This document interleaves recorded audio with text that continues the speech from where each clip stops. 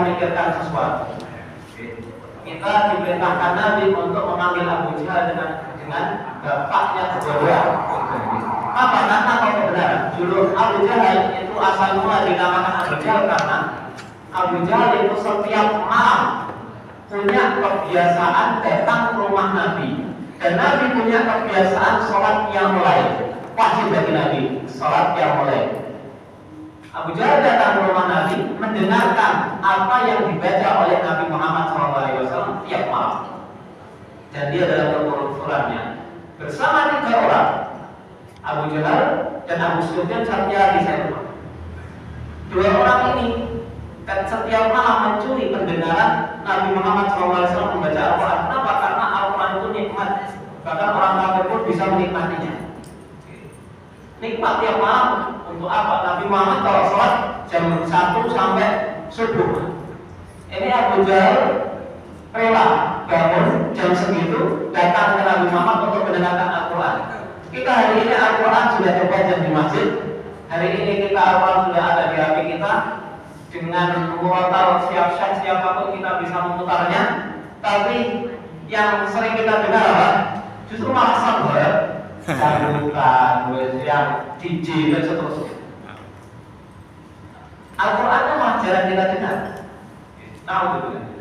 Semoga Allah SWT memberikan taufik kepada kita untuk sering berinteraksi dengan Al-Quran, baik membaca, baik menggunakannya atau mempelajari Nabi SAW. Abu Sufyan dan Abu Jahal dan satunya lagi orang yang lebih tua itu jarak di antara mereka ketika mendengarkan, mencuri pendengaran Nabi Muhammad SAW itu sangat dekat sekali. Sampai suatu malam mereka bertiga ini saling bertemu. Tidak sengaja ketemu. Ibu Abu Sufyan, kenapa kamu di sini, wahai Abu Sufyan? Tanya kamu yang paling memusuhi Muhammad. Dan kamu ngapain di sini? Bukannya kamu juga yang paling memusuhi Muhammad? Maka baik, mulai sekarang jangan ada di antara kita yang datang lagi ke rumahnya Muhammad untuk mendengarkan Al-Quran. Besok kalau ada, hati-hati Al-Quran. Maka 3 orang ini paginya pulang. Ketika malam hari semuanya tiga-tiganya menyangka bahwasanya mereka tidak ada yang berani datang, dan tiga-tiganya semuanya datang lagi. Ketemu lagi. Lalu datang lagi. Iya. Dan kamu kenapa datang? Ya kamu kenapa datang? Akhirnya baik, kalau gitu besok jangan ada yang datang lagi. Besoknya terulang lagi mereka datang lagi karena mereka menyangka pasti temanku yang buat akan datang. Nah, sampai hari ketiga, orang yang paling kuat tanya kepada Abu Sufyan. Abu Sufyan dulunya di masa itu masih kafir, tapi nanti seperti Fathu Makkah dia masuk Islam. Abu Sufyan tanya yang paling kuat, bagaimana pendapat tentang apa yang kamu dengar, tentang apa yang dibaca oleh Muhammad? Aku takjub, kata Abu Sufyan, dengan apa yang dibaca, dan aku yakin itu indah sekali, dan aku yakin sebab itu semuanya benar, karena Muhammad tidak pernah berdusta, tidak pernah berbohong, dan saya berketagihan dengan bacaannya. Nah, tapi sebagiannya saya tahu artinya, tahu maksudnya, tahu maknanya dan sebagainya saya tidak tahu. Tapi saya yakin itu adalah benar. Maka 2 orang ini ketika pagi hari datang kepada Abu Jahal, dan Abu Jahal ditanyai dengan pertanyaan yang sama, bagaimana menurutmu tentang apa yang dibaca oleh Muhammad? Kata Abu Jahal, itu adalah kebenaran. Saya paham betul itu adalah benar, dan saya paham betul itu adalah indah. Itu bukan syair, itu bukan projes, itu bukan mantra-mantra dukun, itu sesuatu yang paling baru dan dibaca oleh orang yang buta huruf tidak bisa baca di antara kita. Terus kenapa kamu tidak masuk Islam? Kalau kamu masuk Islam, semua orang Quraisy pasti masuk Islam karena kamu adalah pemimpinnya. Apa kata Abu Jahal? Abu Jahal meyakini kebenarannya Nabi Muhammad. Ya. Bahkan ketika membaca surat An-Najm ayat terakhir, fasjudu lillahi wa'budu, dan sujudlah dan sembahlah hanya kepada Allah. Abu Jahal, Abu Sufyan dan 1 orang ini tadi sungguh ikut sujud. Abu Jahal, Abu Sufyan ketika mendengarkan fasjudu lillahi wa'budu. Jenengan kalau saya mungkin baca An-Najm di sini di akhir ayat, mungkin belum tentu tahu artinya dan tidak sujud. Tetapi Abu Jahal, Abu Sufyan sujud. Yang satu yang paling tua dia tidak sujud, dia mengambil tanah kemudian menempelkan panah itu di kepalanya. Maka dua orang ini tanya kepada Abu Jahal, "Oh ya Abu Jahal, kenapa kamu tidak percaya kepada Muhammad padahal kamu meyakini kebenarannya?" Begini, kabilah saya dengan kabilahnya Muhammad dari dulu tasawuf, dari dulu berlomba-lomba. Dia mengurusi jamaah haji, kabilahku juga mengurusi jamaah haji. Dia kalau Mekah diperangi, mereka mesti menyiapkan pasukan, kabilahku juga menyiapkan pasukan. Mereka punya tokoh-tokoh luar biasa, kabilahku punya tokoh-tokoh luar biasa. Sekarang kabilah mereka punya nabi, dan kabilahku tidak punya nabi. Maka saya tidak sekali-kali tidak akan mau untuk beriman kepada musuh saya. Itu fanatisme kebodohan luar biasa. Ibarat sekarang Bek Arema atau Persija Persib Bandung. Ketaatan para fanatik. Gak mau ya gak mau. Dan itu makanya dijuluki Abu Jahal. Fir'aun hadhihi ummah. Abu Jahal, ini kembali ke kisah Isra Mi'raj tadi. Abu Jahal datang kepada Nabi, kemudian menanyai Nabi di depan Ka'bah. "Wahai Muhammad, kenapa saya dari tadi kamu merenung? Ada apa?" Maka Nabi Muhammad dengan kepolosannya menceritakan apa yang dilalui pada malam harinya tadi, Isra Mi'raj. "Saya malam hari didatangi oleh malaikat Jibril. Saya tidur dan dibangunkan di tenda. Saya pakai malaikat Jibril di dalam kitab Sirah Indonesia. Malaikat Jibril membangunkannya dengan kaki. Ditendang-tendang kakinya Nabi Muhammad. Sekali, maka Nabi bangun. Dilihat tidak ada orang, tidak ada siapa-siapa. Maka Nabi tidur lagi, miring. Kemudian ditendang lagi Nabi Muhammad dan bangun lagi. Dilihat tidak ada orang, tidak ada siapa-siapa, maka kecuali Nabi Muhammad saja. Tidur lagi. Tiga-tiga Nabi Muhammad ditendang lagi dan bangun, kemudian diangkat oleh malaikat Jibril di bahunya, dibawa ke depan rumahnya. Di depan rumahnya sudah menunggu hewan buruk namanya. Buruk itu apa? Buruk itu hewan seperti kuda, besarnya antara bigol dan himar. Nanti jangan buka Google apa itu bigol, apa itu himar. Mungkin kalau jangan pernah ketemu ada dua hewan ini, bigol sama himar. Buruk itu besarnya antara dua hewan ini, seperti kuda. Bedanya di pahanya itu ada sayapnya, dan ini diceritakan Nabi Muhammad kepada Abu Jahal. Saya dijemput dengan hewan seperti ini, di pahanya ada sayapnya, dan sekali langkah jaraknya, lompatannya adalah sepanjang mata pandangannya. Jadi kan kalau bisa memandang misalnya dari depan sini sampai pertigaan sana, burung lompatannya sejauh mata memandang lompatannya burung. Maka kemudian saya dibawa sampai kepada Masjidil Aqsa. Di sana sudah ditunggu oleh para anbiya, Nabi Musa, Nabi Isa, dan para nabi yang jumlahnya ada 120.000 nabi. Saya diperintah untuk mengimami nabi-nabi tersebut. Kemudian setelah itu saya dinaikkan oleh Allah SWT dari Masjidil Aqsa ke Sidratul Muntaha. Ditawari saya dengan 3 gelas. Isinya air, ada isinya khamar, dan ada isinya susu. Dan saya memilih untuk meminum susu. Dan malaikat Jibril mengatakan, "Hudita wa hudiyat ummatuka." Karena kamu telah memilih susu, maka engkau akan diberi petunjuk dan umatmu akan diberi petunjuk. Itu Nabi memilih itu. Engkau hudita ila fitrah, hudita lil fitrah. Engkau telah diberi petunjuk kepada sesuatu yang fitrah, yaitu susu. Maka sering-sering minum susu. Tapi bukan susu buat teh atau susu coklat atau susu rasa strawberry, susu sapi kalau bisa langsung. 12.500 sak liter. Itu banyak manfaatnya. Itu yang diberi Nabi Muhammad. Dan Nabi tidak pernah meminta tambahan dalam berdoa kecuali ilmu dan susu. Nabi tidak pernah mendapat, "Ya Allah, tambahkanlah kepadaku harta yang melimpah, tambahkanlah kepadaku anak, tambahkanlah kepada aku istri." Tidak pernah.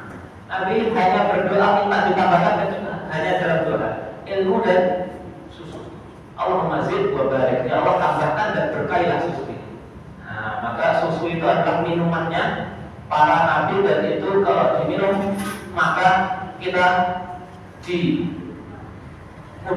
untuk melakukan sesuatu yang fitrah. Apa yang dirahmati oleh Allah SWT? Kata Jibril, kalau kamu tadi milih air, maka kamu akan gharqa wa gharqa umat. Kamu akan tenggelam. Allah akan maksud tenggelam di sini. Dan umatmu pun akan tenggelam. Dan kalau kamu memilih khamar, kamu akan tersesat. Wa gharqa ummatuka, dan umatmu pun akan tersesat. Ini Nabi milihnya laban, milihnya susu, tapi umatnya juga masih banyak tersesat. Umatnya malah banyak yang milih khamar. Padahal tidak dipikir-pikir kalau ini murah susu di bawah khamar maghrib. Khamar kita terjadi, murah susu. Jadi kalau saya buka terjadi minum sampai sehat itu nanti insya Allah. Apa itu yang dirahmati oleh Allah SWT? Maka jadi Mi'rajkan di langit pertama Nabi Muhammad ketemu dengan Nabi Adam. Di langit kedua ketemu dengan Nabi Yahya dan Nabi Isa. Di langit ketiga ada perbedaan pendapat. Di dalam kitab disebutkan Nabi Muhammad bertemu dengan Nabi Idris. Di langit keempat Nabi Muhammad bertemu dengan Nabi Yusuf. Di langit kelima bertemu dengan Nabi Harun. Di langit keenam bertemu dengan Nabi Musa. Di langit ketujuh bertemu dengan Nabi Ibrahim alaihi wassalam. Nabi Muhammad bertemu para anbiya. Bapak yang dirahmati oleh Allah SWT, maka kemudian di Sidratul Muntaha, di langit yang pertama ini apa ketinggalan? Di langit pertama Nabi Adam, Nabi Muhammad melihat banyak roh-roh yang dinaikkan, dan ketika naik, kalau rohnya itu baik, rohnya itu bagus, maka para malaikat mengatakan,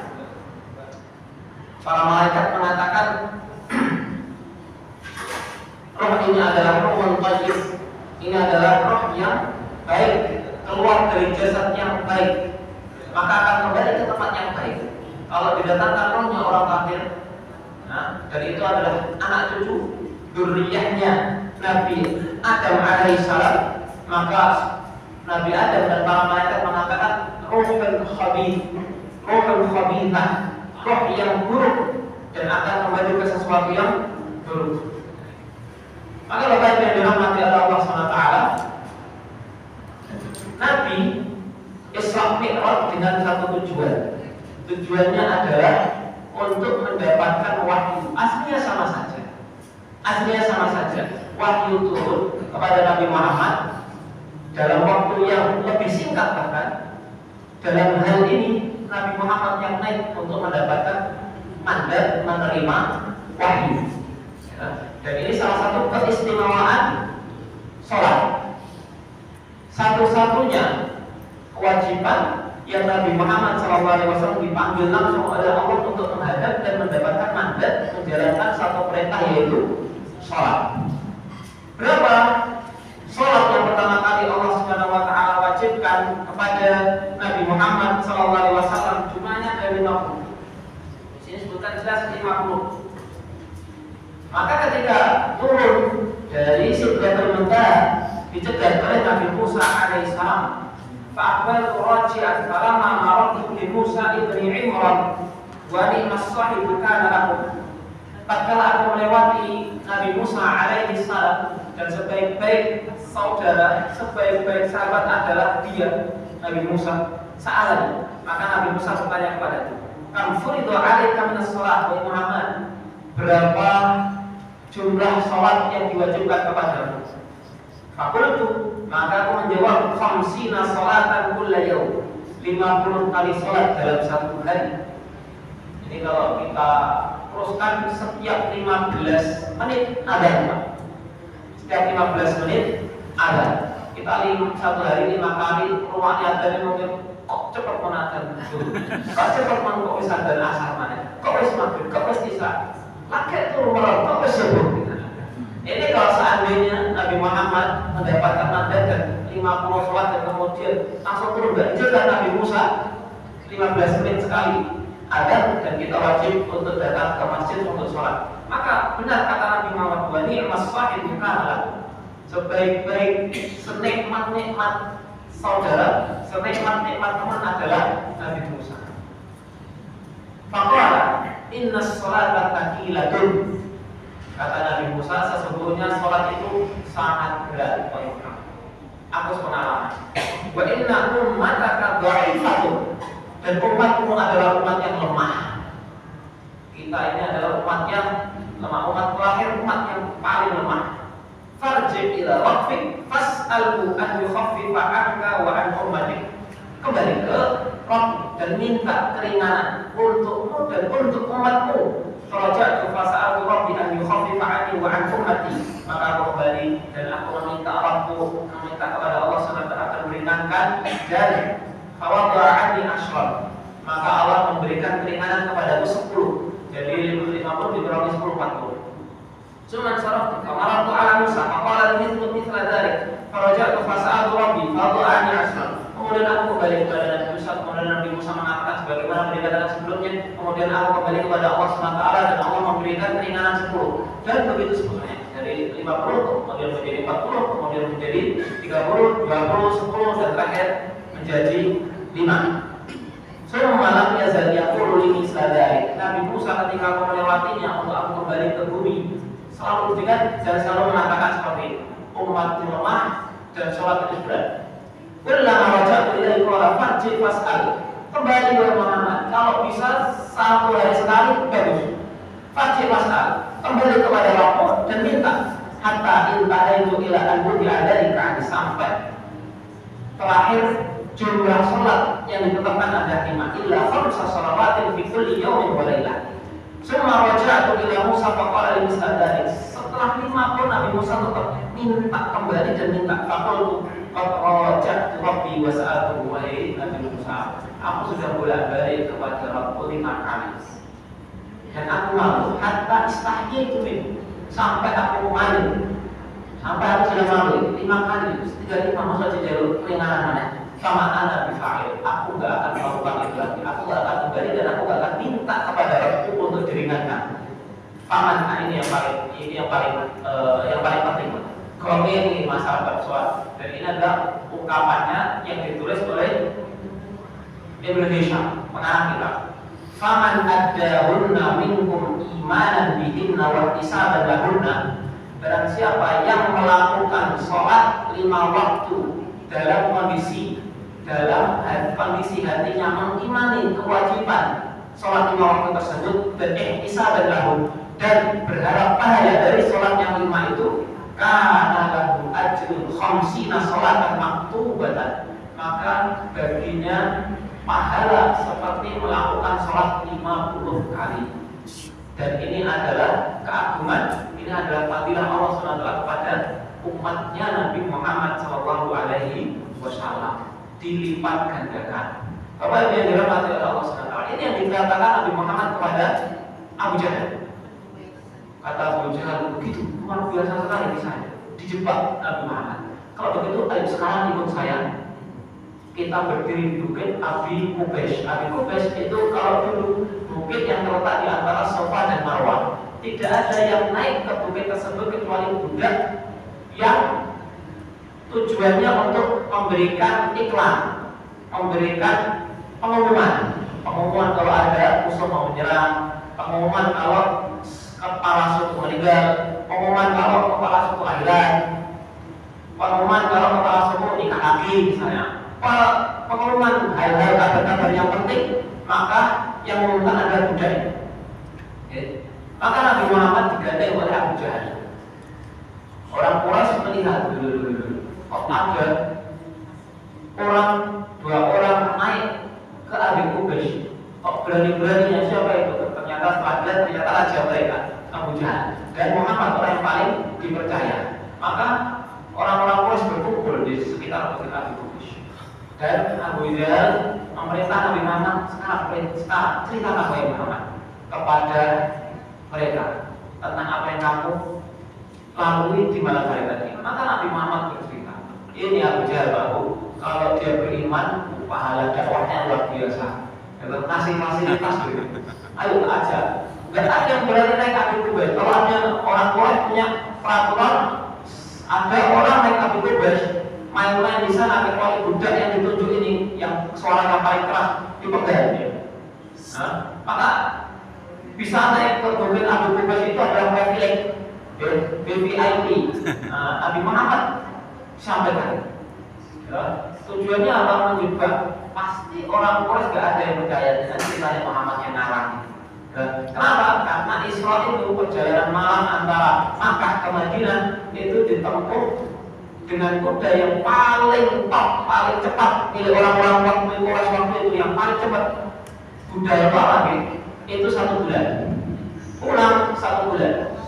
Nabi Muhammad semalam gak cuma ke Masjidil Aqsa tapi juga Sidratul Muntaha. Maka diceritakan oleh Nabi Muhammad kepada di hadapan orang Quraisy dan para sahabat waktu itu. Maka setelah selesai cerita tentang apa yang Nabi Muhammad lalu di malam hari, turun Abu Jahal sambil mengatakan, siapa? Apakah masih ada agama Islam? Di sini disebutkan jelas sekali lagi. Fartadda katsirun mimman kana aslam. Gara-gara kisah Isra Mi'rajnya, kejadian bukan kisah, betul terjadi fakta. Karena kejadian Isra Mi'raj, fartadda katsirun mimman kana aslam. Di waktu itu juga setelah Nabi cerita, banyak dari orang para sahabat yang kembali murtad. Banyak yang kembali murtad. Ya. Maka Abu Jahal datang ke Darun Nadwah, tempat berkumpulnya orang-orang Quraisy, bercerita tentang kisahnya Nabi Muhammad, kejadiannya Nabi Muhammad Isra Mi'raj. Jadi terulang-ulang Nabi Muhammad cerita di Ka'bah, Nabi Muhammad cerita di Abu Qubays, Abu Jahal, melu cerita kisah di Darun Nadwah. Nah, saya telah berhasil membuat agamanya Muhammad hilang, kata Abu Jahal. Tinggal satu, kalau kamu bisa menjadikan satu orang ini ragu dengan Muhammad, hilang sudah. Tidak ada agama Islam lagi di muka bumi. Siapa? Abu Bakar. Datangnya Abu Bakar. Datangnya Abu Bakar. Waktu itu Abu Bakar radhiyallahu anhu sedang berada di kebunnya di pinggiran Makkah. Didatangi oleh orang-orang Quraisy beserta para sahabat-sahabat. Tidak pernah sekalipun Abu Bakar ketika di kebunnya didatangi orang-orang Quraisy sebanyak itu, dan apalagi didatangi orang Quraisy bareng para sahabat. Kenapa itu? Maka diceritakan, wahai Abu Bakar, sahabatmu itu sekarang dia berkumpul sedang cerita aneh. Cerita apa? Cerita seperti ini sampai orang Quraisy mendengar, Abu Bakar mendengar, para sahabat mendengar. Sudah berapa kali itu diceritakan? Sesuatu yang diulang-ulang akan melekat.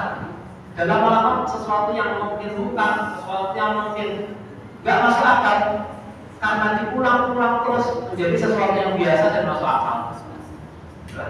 Dan ini yang hikmahnya Allah SWT. Kenapa Abu Jahal datang kemari dengan membawa pasukan, dengan membawa kaum muslimin, sahabat-sahabat? Kata Abu Jahal diceritakan tentang Isra Mi'raj. Isra Mi'rajnya Nabi Muhammad SAW. Maka ketika sudah selesai, Abu Bakar menjawab, jangankan Isra Mi'raj seperti itu, jangankan kejadian seperti itu. Sebelum ini saya sudah percaya kepada Muhammad. Ini dari pertama. Sebelum ini saya sudah percaya kepada Muhammad, bahwasannya dalam satu waktu turun wahyu dari Allah SWT ke rumah beliau. Hari ini malam tadi berarti dia yang dari rumahnya ke Sidratul Muntaha. Apa bedanya? Kata Abu Bakar.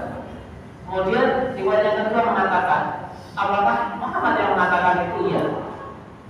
Maka Abu Bakar mengatakan, seandainya tembok yang kalian katakan ini adalah warna putih dan Muhammad mengatakan ini warna hitam, maka akan aku dustakan mataku dan aku mendatang ucapan Muhammad. Tembok yang warna putih ini, kalau Muhammad mengatakan warna hitam ini adalah warna hitam, sejak saat itu pula ganti warna putih ini jadi warna hitam. Kata Abu Bakar radhiyallahu anhu. Maka luar biasa, Abu Bakar dijuluki, diberi gelar As-Siddiq itu karena kisah Isra Mi'raj, apa yang dinamakan oleh Allah SWT. sejak itu fayauma idin sama musyrik, karena membenarkan ucapannya Nabi, maka beliau dijuluki dengan as-siddiq. Tapi apakah gelar paling baiknya Abu Bakar adalah as-siddiq? Ulama mengatakan bukan. Ya, Abu Bakar as-siddiq yang membenarkan. Gelar itu bukan yang penting. Gelar yang terbaik adalah gelar yang diberikan Allah SWT kepada Abu Bakar. Apa?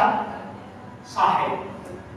Ya, di dalam surat At-Taubah Allah mengatakan dalam kisahnya ketika Nabi hijrah kemudian bersembunyi di Gua Hira, dan Abu Bakar menangis. Nah, kemudian Nabi Muhammad mengatakan qala li sahibihi. Ingatlah tatkala Nabi Muhammad berkata kepada sahibnya. Siapa sahibnya? Siapa temannya? Siapa sahabatnya? Abu Bakar. La tahzan, innallaha ma'ana. Abu Bakar, jangan bersedih. Sesungguhnya Allah SWT bersama kamu. La tahzan, innallaha ma'ana. Jangan bersedih Abu Bakar. Hari ini kita terlunta-lunta. Tapi bagaimana pendapat jika ada dua orang yang ketiga adalah Allah SWT, kita pasti ditolong oleh Allah SWT. Dan itu pemberian nama sahib. Siapa yang memberikan Allah SWT? Maka gelar terbaik yang disematkan kepada Abu Bakar bukan as-siddiq, tapi sahib Rasulullah SAW. Kenapa? Karena yang memberikan Allah Subhanahu Wa Taala langsung. Adapun yang as-siddiq yang memberikan para sahabat atau para Rasulullah. Dan ini luar biasa Abu Bakar as-siddiq. Abu Bakar as-siddiq itu orangnya kurus kayak, kalau pakai sarung sering melorot karena pinggangnya kecil. Maka ada riwayat ya kurus. Maka ada riwayat Abu Bakar itu kalau pakai celana isbal. Isbalnya bukan karena isbal itu menjulurkan celana ataupun pakaian sampai di bawah mata kaki. Bukan karena sombong, tapi karena memang pinggangnya kecil, celananya sering melorot. Imannya jasadnya kurus, jiwanya kurus, tapi imannya besar luar biasa. Ini penolong ataupun pahlawan keimanan Abu Bakar as-siddiq radhiyallahu anhu. Ketika yang lain sudah banyak yang murtad, ketika para sahabat yang lain ini alhamdulillah kita nggak usah bersedih Pak, ketika dilahirkan nggak di zamannya Nabi Muhammad, kalau dilahirkan di zamannya Nabi Muhammad bisa jadi termasuk salah satu orang yang murtad. Alhamdulillah kita disyukuri. Hari ini kita ada mendengarkan dakwah gampang, ilmu sampai kepada kita mudah, kita berimannya pun banyak temannya. Abu Bakar as-siddiq sendirian waktu itu. Apa yang dilakukan Abu Bakar as-siddiq ini? Abu Jahal ini najib. Dia datang ke saya ini untuk mengakali agama Islam. Kalau gitu, di mana sekarang Muhammad? Muhammad sekarang ada di Abi Quraisy. Antarkan saya ke sana. Maka dia antarkan bersama para sahabat, bersama orang Quraisy tadi. Kemudian berteriak Abu Bakar ketika sudah dekat dengan Nabi Muhammad. Nabi Muhammad masih di Abi Quraisy, di bukit. Ya Rasulullah, orang-orang ini telah mengatakan seperti ini, engkau Isra, engkau Mi'raj, engkau melihat ini, engkau melihat itu, engkau perawat hal ini, engkau diberitakan dan ini, engkau diberitakan untuk ini, dan seterusnya. Orang-orang Quraisy dan para sahabat dengarkan sudah kelima kalinya. Ketika sampai sudah di depan Nabi Muhammad, ya kita kumpul gini, tiba-tiba ada orang teriak-teriak dari sana. Wahai Ustaz, apa tadi kamu bilang gini kan? Langsung kita tertuju kepada dia semua.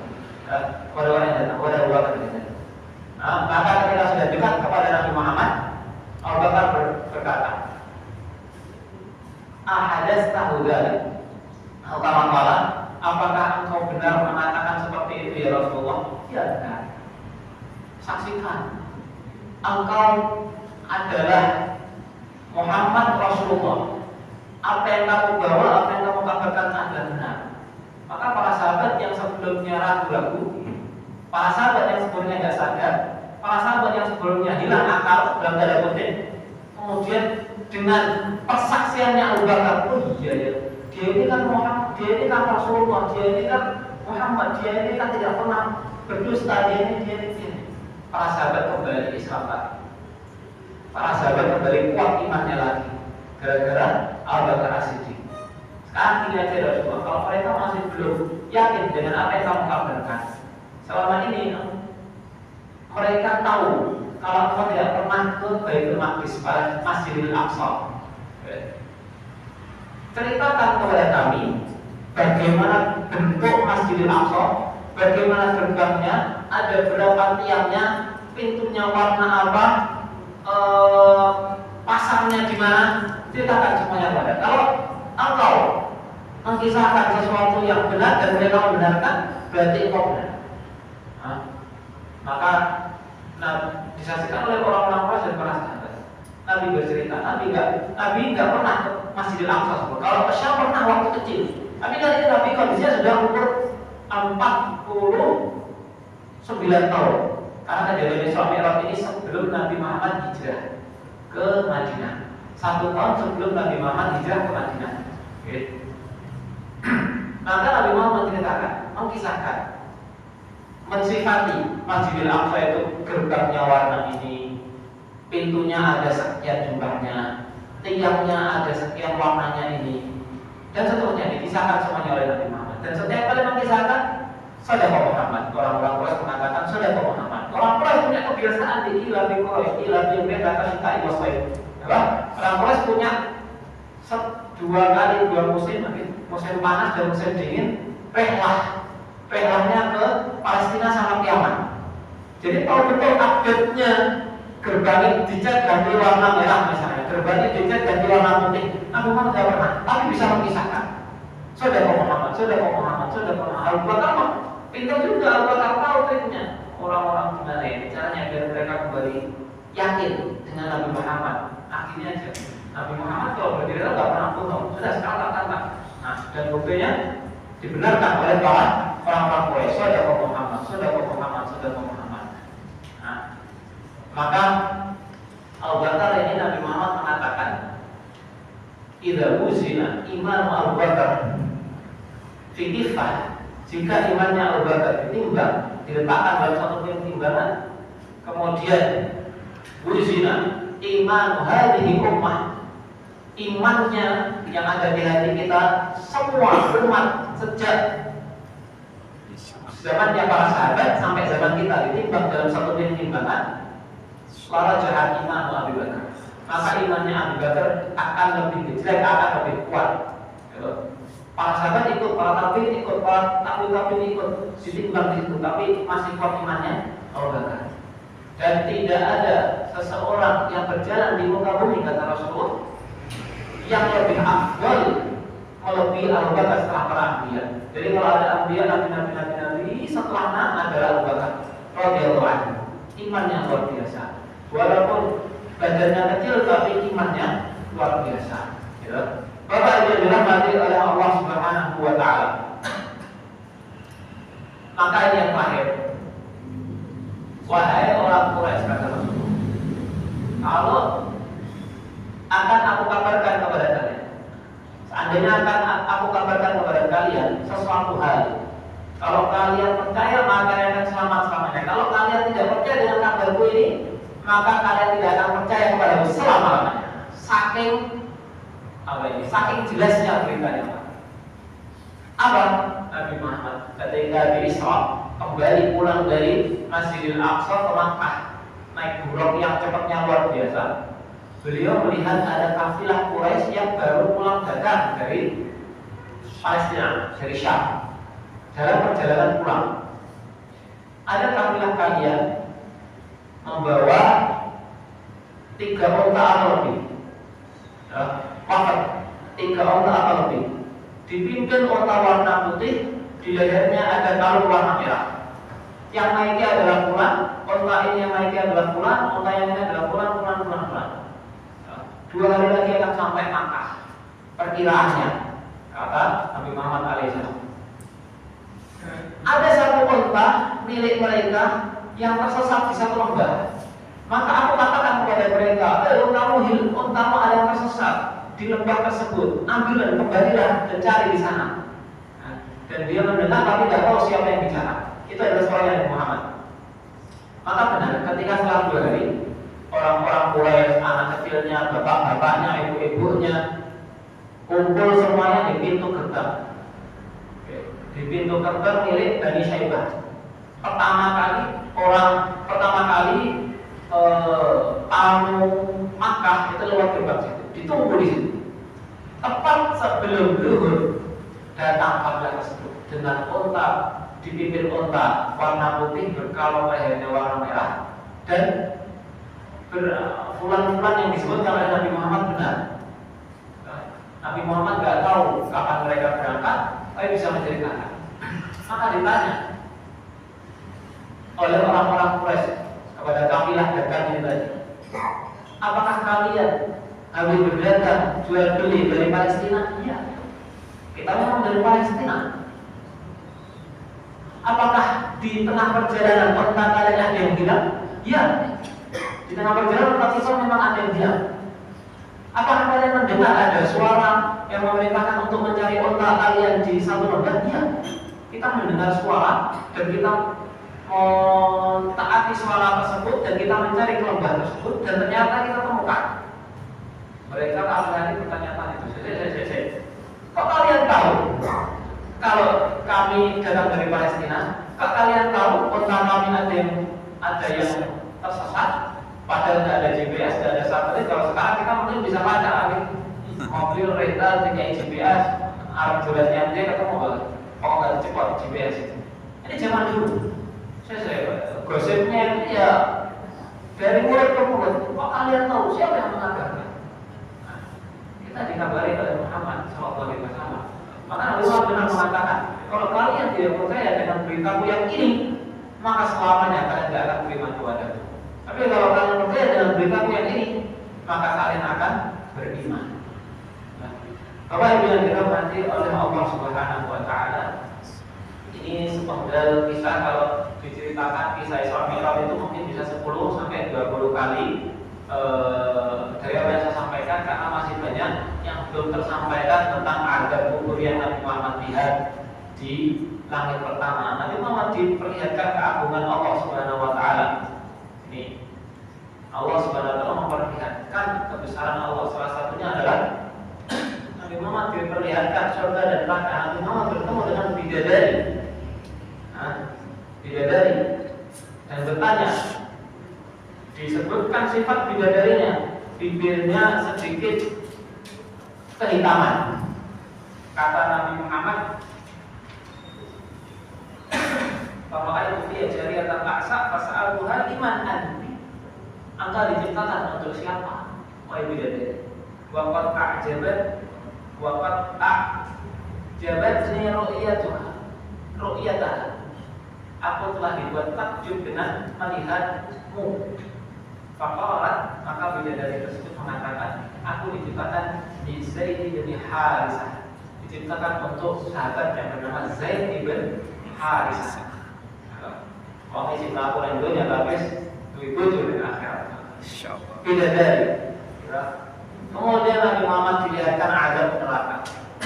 Salah satu azab yang diperlihatkan oleh Allah kepada Nabi Muhammad adalah perempuan yang digantung di bagian payudaranya. Kemudian Nabi Muhammad bertanya, man haula ya Jibril? Siapa mereka wahai Jibril? Qala, maka Jibril menjawab, haula illati adkhalna 'ala rijali man laysa min auladihi. Mereka adalah wanita-wanita, istri-istri yang memasukkan ke dalam rumah suaminya orang-orang yang bukan mahramnya. Kemudian Nabi Muhammad juga melihatkan kelompok orang yang mulutnya seperti mulut ibil, mulut unta. Fi aidihim qit'un minha, di tangannya ada batu-batu dari neraka. Kal afha, seperti hajar miktarumil kaf, seperti batu yang besarnya satu kaf, satu tangan. Yang difuna fi afwahim fatasruju min adbarihi. Batu tersebut dimasukkan ke dalam mulutnya, kemudian langsung keluar lewat duburnya. Faqultu man haula ya Jibril? Siapa mereka wahai Jibril? Orang haulai akalatu amwal yatama zulman. Mereka adalah orang-orang yang memakan harta anak-anak yatim secara zalim. Punya keluarga, punya saudara, qadarullah meninggal. Qadarullah kaya bisa, anaknya yatim. Siapa yang merawat? Dia. Dirawat dengan harta peninggalan orang tuanya, anak-anaknya masih belum balik, didanai dengan harta tersebut. kok dia ngambil dengan zalim, maka dia mendapatkan adab yang seperti itu. Semua orang itu di jalan butuh dalam alam sahabat. Kemudian aku melihat ada sekelompok orang yang perutnya itu tidak pernah punya. Sabilin ali Fir'aun, mereka berada di pinggir-pinggir sungainya, tempat diadabnya keluarganya Fir'aun. Keluarga Fir'aun itu mendapatkan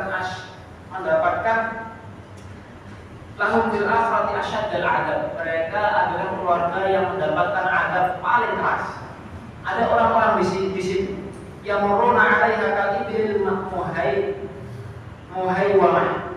Mereka berjalan-jalan di sekitar tempat diadabnya keluarga Fir'aun seperti unta yang kehausan. Hina yu'raduna 'alan nar. Tatkala mereka ditampakkan ke neraka, yaqunahum la yaqdiruna 'ala an yatahawwalu min makanin dzalik. Mereka enggak bisa pindah dari tempat tersebut. Qultu man haula ya Jibril? Qala haula akalatul riba. Mereka yang diadab seperti itu, diadab di dekat adabnya keluarga Fir'aun adalah para pemakan riba. Dan seterusnya masih ada banyak kisah ini atau hadis ini bisa Anda baca di kitab Riyadhus Shalihin. Ada kan? Di kitab Riyadhus Shalihin hadisnya panjang sekali menceritakan salah satunya tentang kisah adab neraka. Kalau lebih dirahmati Allah Subhanahu wa taala, sudah dikit-dikit kita kami mengingatkan malam ini dan besok adalah tanggal 9 Muharram, salah satu bulan yang Allah Subhanahu wa taala haramkan, salah satu bulan yang Allah berikan kehormatan, bulan Haram, salah satu Asyurul Hurum. Dan kita malam ini dan besok, hari besok berada di tanggal 9 Muharram ataupun yang biasa kita kenal dengan Tasyu'ah, hari ke-9 Muharram. Ini hari apa? Besok hari Jumat. Sabtunya Asyura, 10 Muharram. Tanggal 10 Muharram adalah hari di mana Nabi Musa alaihi salam diselamatkan Allah SWT dari kejaran Fir'aun. Ta'ala alaihi. Tanggal 10 Muharram yang bentuk tasyakuran yang orang-orang dari Israel mereka berpuasa tanggal 10 tersebut. Maka Nabi Muhammad SAW berpuasa tanggal 10. Kita lebih berhak untuk berpuasa daripada Bani Israel berpuasa. Oke, kalau gitu tahun depan karena sudah lewat tanggal 10 itu baru dikabari oleh para sahabat ya Rasulullah, tanggal 10 ini adalah tanggal di mana orang-orang Yahudi Bani Israel mereka juga puasa. Oke, kalau gitu tahun depan di akhir mobil kita puasa tanggal 9 dan tanggal 10. Tapi kalau sebelum datang tahun depannya Nabi Muhammad sudah wafat, belum sempat melaksanakan puasa Tasyu'ah dan Asyura. Syekh Ibnu Hajar Al-Asqalani mengatakan tingkatan puasa yang paling afdal adalah puasa Tasyu'ah, Asyura dan ke-11 Muharram, 3 hari berturut-turut. Kemudian itu tingkatan yang paling afdal. Tingkatan yang kedua adalah puasa Tasyu'ah dan Asyura. Dan tingkatan yang paling rendah adalah puasa Asyura saja. Pahalanya akan diampuni dosa-dosa yang telah lalu. Tahun 1446 Hijriah diampuni dosa-dosa kecilnya. Ada yang berdosa besar harus tetap ditaubati. Tidak cukup dengan puasa, harus puasa Asyura. Dosa harus beda. Dosa besar harus tetap ditaubati. Semoga Allah SWT memberikan taufik kepada kita untuk bisa berpuasa di lauk yang enak, bebek purnama, bakso mama, dan seterusnya. Sampai cuma nanti saya ajak keluarga, ajak saudara diingatkan agar besok bisa sama-sama iftar bareng-bareng. Di masjid menyediakan iftar bareng, bagus. Berlomba-lomba saya yang menyiapkan iftar, saya menyiapkan iftar tanggal sekian, tanggal sekian, tanggal sekian. Itu Bapak Ibu dirahmati Allah SWT yang dapat kami sampaikan, semoga bermanfaat, semoga menambahkan keimanan kita. Amin. Semoga kita diberikan taufik oleh Allah SWT untuk mendapatkan husnul khatimah dan dijauhkan dari wabah yang su'ul khatimah. Amin. Amin. Ya rabbal alamin.